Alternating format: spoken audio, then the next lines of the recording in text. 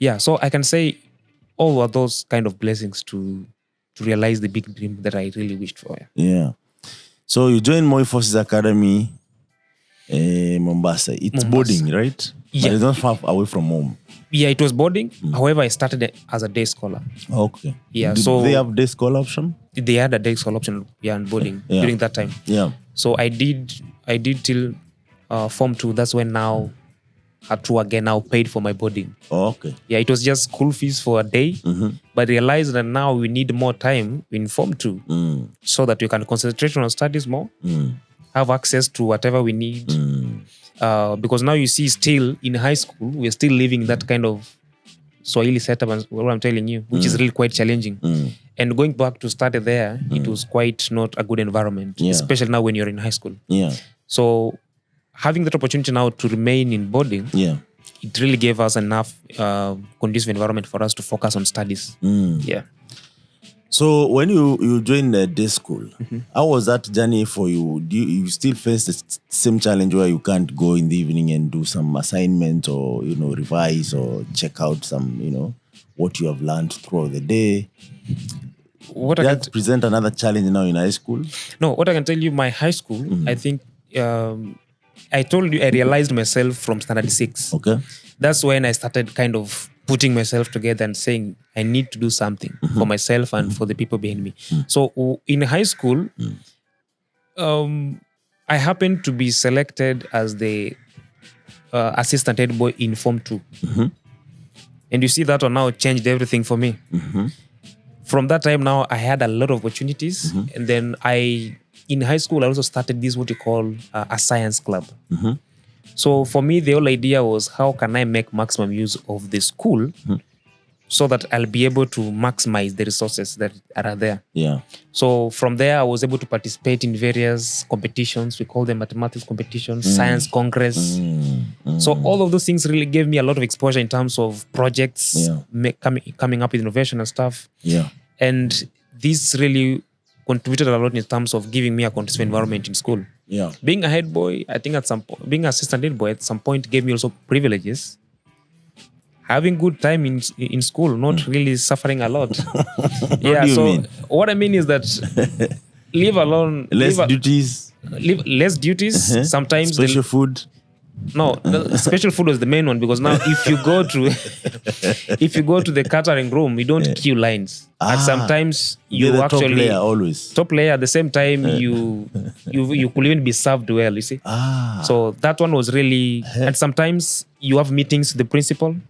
So you can present your grievances first. You see, yeah. So there's quite a lot of opportunities, and for me, it really, even though I came to realize that still, it was going to cause a very big challenge on my side. Why? It was not actually reducing workload. It was really giving me a lot of responsibilities.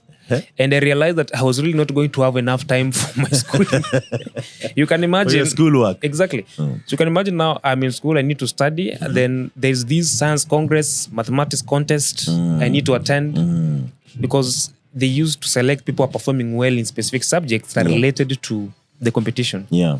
So if it is mathematics contest, they select a few people who are doing well in mathematics. Yeah. If it is science congress, they select people probably who have ideas that can be presented and that can sell well. And you wanted to participate in all these things? I want to participate in all those things. Plus, a head boy is always hard at seat. If there is a team going for a trip, head boy must be there. A head boy or a deputy. Or if head boy is not available, they will send their deputy. Yes. If there is students who want to travel, maybe they are going for an event somewhere, there is always that kind of, you need to go with a student leader. But for me, I think during that time now, I really felt like I really had a huge gap in terms of like, I need entertainment. I needed to have this kind of trips. For me, they were luxurious. So I really never wanted to miss. Yeah. Again, I can say that in my Form 1 and Form 2, I was not really on top 10 list. But what I can say is that I also came to realize myself well in high school in Form 2. Form 2, somewhere there. Yeah. That's when I also realized like time is moving. I don't have enough time for my schooling. So even though the leadership role that I had in high school, I never dropped it. What I dropped was actually responsibilities. Okay. Yeah, so I decided like, let me just become probably a class representative. Okay. So I left that role to someone else. You see, every year you elect new stuff, and yeah. So I decided now to remain a class rep. You see, now a class rep, you can stay for longer if probably the student like you and stuff. Yeah. Then you're always a leader. So for me, I really like that kind of leadership stuff. Yeah. Because of also the opportunities were there. Yeah. But I avoided bigger roles to also minimize responsibilities. Yeah. Yeah. So high school was quite interesting, especially for being able to participate in those kind of opportunities. Yeah. Having able to set up a science as kind of a science club in high school really gave me a lot of opportunities. Even being given keys to science labs, laboratories, where we could be able to study at night and even probably do practicals as a club. So that really gave us a lot of, I can say, more room to learn. Because we are there during class time as a class, and also we can be there during club time as a club. Yeah. So we had more time compared to other class members. So we could do a lot of research. Yeah. Yeah. So was there moralization or bullying in Form 1? In my Form 1, yes, there was bullying. How was that? I think that one you cannot, that's something you can't avoid. I was given 5 bob to buy bread. You see, sometimes you always have that time whereby you go for church. And the church was actually whereby sometimes you go outside the school. Yeah. So sometimes someone can send you, and it was just for fun, but people will just have to use that opportunity to bully you and stuff. So my Form 1 is always rough for anybody. I don't think there's somebody who has ever. What's your take on bullying and moralization? For me, I really took it positive because it really hardens you up in terms of like,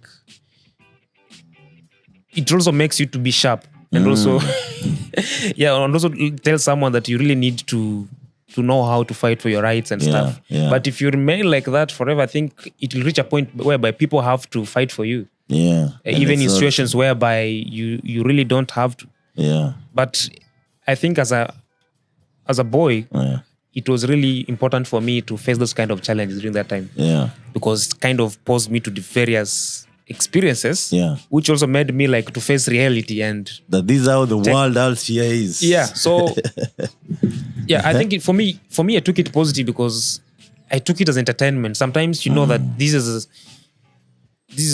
a rite of passage, kind of like you have to go through this process. Yeah. It is part of high school. Like you have to be bullied. People will come, you'll also experience, tell them to do for you something. I think there's a time also trying to bully someone, which is not good. Yeah. But I was like, Form 2 or Form 3? When I was in Form 3. But now, you know, when you're a leader and you're trying to do something, you feel like, this is bullying, but because I'm a leader. Setting bad example. But now I was doing it in that angle, like, you know, you're a Form 1, you need to understand the environment. So don't get surprised when you put in this kind of pressure.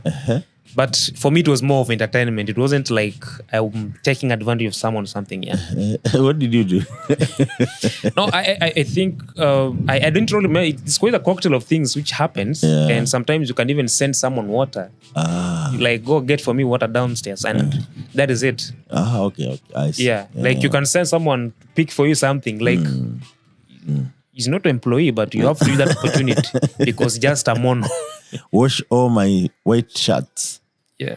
Yeah, and they should be milky white. If I don't know if you guys but that now is the harsh way of moralization. But now there is that one way of also training someone to be a good person. Like, help me get water down there. So it's kind of helping, but telling someone to wash your clothes, I think that's a harsh way. But there are people who used to do that. Yeah. And sometimes they used to expose you to a problem, which if you don't do it, they'll expose you or something. So you end up now doing it. So yeah. I hear you. That's the life. Yeah. So in Form 2, you just decide to be serious towards the end of your Form 2. What do you do different? You drop the duties, but what do you do different academically? Do you revise more? Do you spend more time doing preps? Yeah. What I can say is that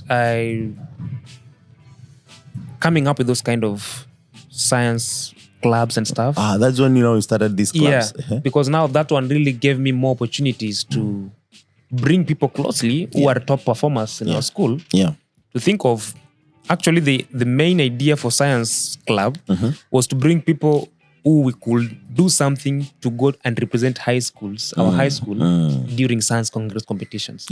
But at some point, that one really molded us to become creative and also to expand our knowledge base stuff. Do you think this is where your innovation journey started? I think it's part of the cocktail of things. Yeah. And now, from this point now, even your grades started improving and... Because I think from then I started scoring B+, something I was not really scoring so much. Then I came to now top 10 when I was in my Form 3. So the whole of the term I was in the top 3 list, not top 3 list awarded during closing ceremonies. So at least that really came as also another motivation. Like being in top 10 is another opportunity for me to be able to also win awards and stuff. So I was really introduced to a wide range of things whereby you know that there is always a reward for hard work. There is also opportunities for taking leadership roles in various dimensions. So being in those kind of taking leadership positions, also being among the top performers in school, really gave us a lot of opportunities to, that really made life a bit favorable for us in high school. And did you have, someone were you school mixed or boys? It was mixed. Mixed. Very mixed. Nice. Very nice. Very important. So, did you in this mixed school? Did you have a girlfriend? Some. Yeah. High school. There's always those kind of. I can say during that time, of course, there's peer pressure. Everybody has to belong somewhere. That's the point. And in high school, I think there's that kind of pressure. I can say boyfriend girlfriend thing in high school, it's always for fun. People really don't know what to do about it much, but it's just always for like. You can't be a boy at this age and at this level and you don't have a girlfriend. But the point there was not like having a girlfriend in the real sense, but just having someone people can say, this is your boyfriend. But and there's pen pal and you can write each other letters. There was I think there wasn't nothing serious. Boyfriend girlfriend in high school, I think that is just it's part of it is just a lifestyle people being, but they really don't know what to do about it. Nice. Was it challenging or was it taking away from the whole thing? Of course it is challenging because you see now all those kind of pressures. Having people, probably you have parents who are well off. You can just be a leader, but sometimes you can say that I have a girlfriend, but now people come in, students who have parents who are well off. That kind of pressure will always take away your girlfriend in high school. But even out here, that happens a lot. Yeah, that's what I'm saying. That in high school, that's where you learn a lot of, not just in high school, but throughout the academic lifestyle. A lot of things teaches a lot of lessons, and that's where you learn like, this is what happened in high school. This is what happens in this level. Probably this is what will happen even after. So I really need to strategize because it's kind of a system. Was a girlfriend taken away from you by the well-off students? I can't say the well-off, but I can just say that in high school, people will always follow the flag. Where it swings, that's where they go and stuff. For me, I think it was swinging in my way during that time. I was a student leader and everybody wants to be safe. But it reaches a point whereby you just feel like this is just strategic. People are not here for a lifetime thing. It's just strategic for survival, and that was it. You can just get friends who just want to survive that environment. And when I think about it, especially when I was in high school, there's a guy who actually, I'm not sure, but of exactly what transpired, but they came from another school. And the rumors, let me say, it was not confirmed, but they were girlfriend, boyfriend, but I don't know if both of them had HIV/AIDS or HIV. I'm not sure. But for sure, the lady, it was according to what we saw, she had the HIV, right? And it was shared that, at that point, that's when actually, the education counseling around HIV is rampant. I don't know if your school used to do this, because sometimes if you get a girlfriend, boyfriend, it's not a bad thing, it's a healthy thing, but it should be handled in a way that it's more educative to those who are engaged, right? Yeah. I don't know for you if you guys had that opportunity, because I was in a mixed school before I moved to a boys' school, and relationships were really that serious. Like, people used to take them serious to an extent that a lot of things used to happen. So, and you see now it can go even to an extreme where someone contracts some, and you can even be victimized or isolated from. Because I didn't like what I saw, how those two were treated. Either it is true or not, I did not like how they were treated, because stigma actually is more than a disease. Yes. If you're stigmatized for something, it's crazy. Did these things happen? Yeah. Forces? What I can tell you is that, you see, Moi Forces, during that time, it was both boarding and day school. Okay. So there are people getting experience as day scholars. Yeah. There are people getting different experience as boarding, in being boarding. Yeah. But I think what was happening in high school is that people, they could bring in people, expertise, people in counseling, people in a wide range of areas, who could talk to girls, who could talk to boys, and advise them accordingly. Yes. So I think these are some of the things which was really reducing down the heat. Because all these are adolescents. Yeah.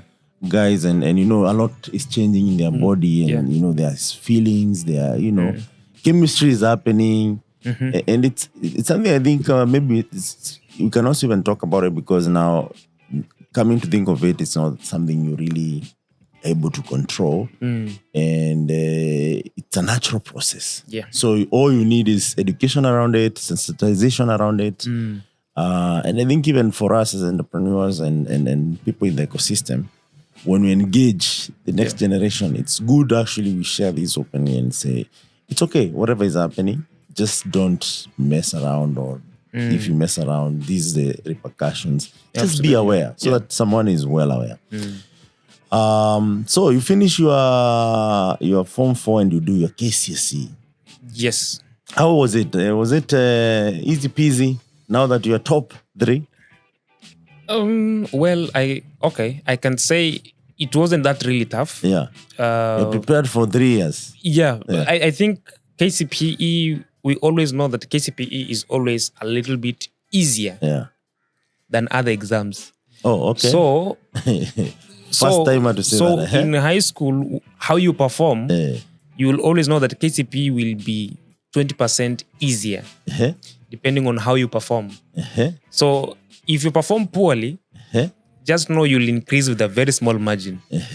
But if you're really a good performer, you will be able to increase your performance. Yeah. And that's the kind of gauge that we used.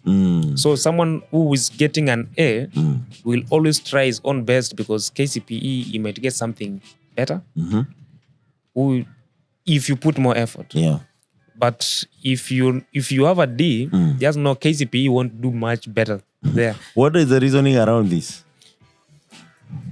I really don't know, but I just know probably these final exams, people who are setting these exams are always, for my feelings, they're always considerate of all regions, people where they're coming from, to make sure the exam is not really going to affect people who don't have access to better. I don't know. So they try to. I feel like the opposite is true. I don't know, but they really try. At some point, they really try to make exam a bit friendly to everybody. Yeah. So that's what I'm saying. Like, sometimes these final exams, they're at some point a bit easier for the smart ones. Yeah. But, so for me, you see, like, I used to get a B+. Yeah. But I got an A. It was actually, yeah. So we can say you got an A- because I missed 1 point. Oh, okay. I had a B+ of 73. A strong B+. A strong B+. Yeah. But you see, that means I've always been getting a B+, but weak ones. But I got a B+, a strong one, which I can say for me it was kind of an A- for me. So it's. Were you aiming for A-? Yes, that's what I was aiming for, because I knew it was going to be a bit easier. Yeah. but it became a bit easier, but not for the grade, for the marks. which is still it was really, it's better you get a weak A minus. It's better you get a weak B plus than get a strong B plus instead of getting a weak A minus. I don't know whether you get that. I hear you. Yeah, so for me I really felt bad because it was just 1 mark away from A minus. Yeah. So I really felt like I should go for a remarking or something so that at least I get to the A minus. But yeah. But do you know, by the way, last year, a lot of parents complained how the exam was marked. I don't know if you saw that. Even they felt like it's not fair. And also, for some reason, people felt like, man, people could have performed. No one said people could have performed poorly. Everyone was saying they could have performed better. You know what is funny is that when people ask for a remark and they get better grades, so that raises a lot of questions. Oh, there was a remark that happened. Like for my sister, it got around 350 something, 370 that something. That is KCPE. Then after remark, he got 380 something. But no, that the question comes in like, so where is the problem? Why should the results keep changing? No one who gets lower marks after remark. I don't know, but we never filed for that. It's kind of as around 2 thing was done and new results were released. And different people with different better marks. Okay. And that's why the question now, people keep raising question like, what could be the issue? Where is the gap? Does it mean those people have are not... to trust? I mean, the system has to be trusted some way, because now if people can't trust what actually gauges everyone, it's really unfortunate. Yeah, because my sisters never scored below 400. Oh. So when you get those kind of marks, then they are changing now again. So you always feel like, probably I still have a 400. So maybe something is missing again somewhere. So, are your sisters taking CBC? No, I think my smaller sister is the last one. Yeah. But no CBC? No CBC. They are in high school right now? Right now they're in high school, yeah. Actually joined high school this year, so unfortunately, I wanted to ask you about, now that you have sisters or brothers who are in CBC, the comparison of the two education systems. Yeah, unfortunately, our younger sister is the one who kind of finished the CBC thing. Yeah. So you'll be all 844 encompassed family. Yeah. So you get your strong B plus, which is a weak A minus. For now, I can say I got a weak A minus. So it was. But that's what I was really aiming for. Yeah, even you can consider yourself an A material, but it's not here nor there. What matters is that you know what you learned. You're more educated, you're more learned, and you're using that to actually make a change. That's the most important thing. And JAB calls you to Rongo University, or? Yeah, I had applied for Moi University, but I think probably they usually see what is closer to whatever you choose. Yeah. So I was taken to Rongo University, which was now a subsequent as Costuño College for Moi University. Yes. Was it still computer science for Moi University? No, zoology. Why zoology? I was called. That's the course I was called to perform, zoology. You're laughing the same way my father was laughing. See, the question there was, where can we get a job for zoology? No, wait a minute. What is zoology? Is it study of animals? The guys who man the zoo, or animals? So I was going to study animals, probably work at a zoo somewhere, or maybe work in a museum, or in these guys for KWS, Kenya Wildlife Services. Yeah. So. And what did you select at Moi?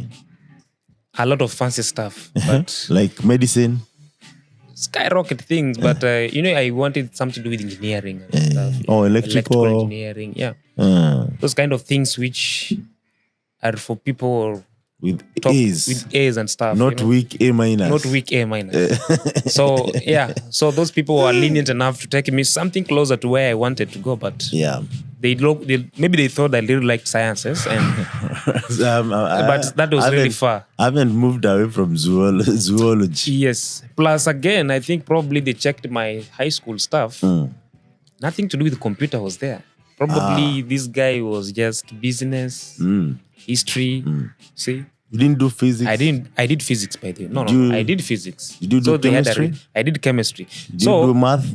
I did all those. I think maybe they checked something else. The B plus. Physics, chemistry, all those were A's. But now, probably something happens in English. Oh, English was not I think English is what probably C-. didn't give me an A minus. No, I think I got a C plus. Okay. Swahili. Actually, I performed. I think engineering they don't check language much as long as it's above C plus. Okay, for job maybe they might, because if you get all A's and maybe get one B or B plus, of course it will never be an A. But so, why zoology? You see, that's really raised a lot of questions. Also depends how people perform that year. Yeah. Because if the cutoff point is this, they have taken enough for that quarter. Yeah. And then also where you are located. You see, if you're in the Garissa and you get strong B plus, you might even do medicine. In Garissa? Yes. You do?